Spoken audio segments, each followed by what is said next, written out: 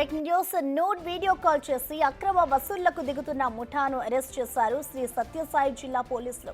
Honey trap కు పాల్పడుతున్న మహిళతో పాటు మరో వ్యక్తిని అదుపులోకి తీసుకున్నారు. వారి నుంచి 4 సెల్ ఫోన్లు, 45,000 నగదును స్వాధీనం చేసుకున్నారు.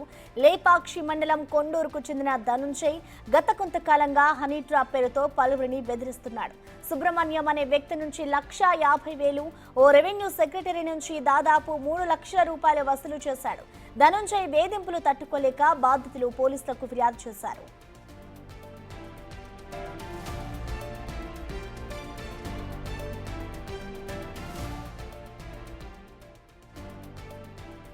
ఈ నెల 17వ తేదీ లేపాక్షి పోలీస్ స్టేషన్కి ఒక కంప్లైంట్ రావడం జరిగింది.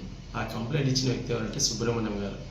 ఆయన కంప్లైంట్లో సారాంశం ఏమంటే, ఒక గుర్తు తెలియని మహిళ వీడియో కాల్ చేసి అసభ్యకరమైన వీడియో ఆమె ప్రదర్శించి ఆ వీడియోని ఆమె స్క్రీన్లో సేవ్ చేసుకొని ఆ తర్వాత ఆ సుబ్రహ్మణ్యం గారికి ఫోన్ చేసి డబ్బులు డిమాండ్ చేయడం జరిగింది. ఈ డబ్బులు డిమాండ్ చేయడం భాగంలో దాదాపు 4 పాల్గొన్నారు. ముఖ్యంగా దాదాపు 1,05,000 ఆయన దగ్గర నుంచి ఫోన్పే ద్వారా మరియు నగదు రూపంలో తీసుకోవడం జరిగింది.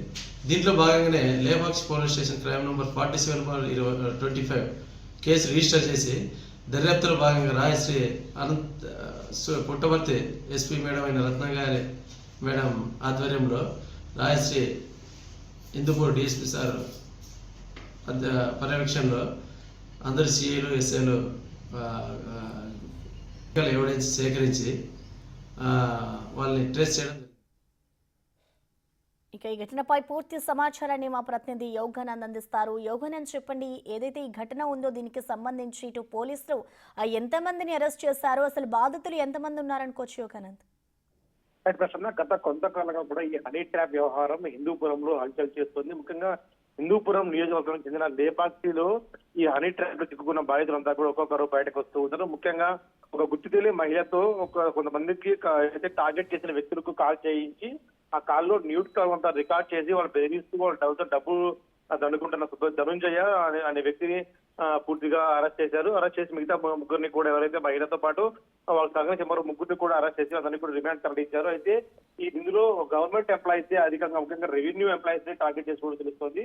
ఒక రెవెన్యూ సెక్రటరీ ద్వారా దాదాపు 3 లక్షల రూపాయలు వసూలు చేశాడు ధనుంజయ్ అనే ఒక వ్యక్తి. అయితే ఈ వ్యక్తిని కూడా పోలీసులు అరెస్ట్ చేశారు.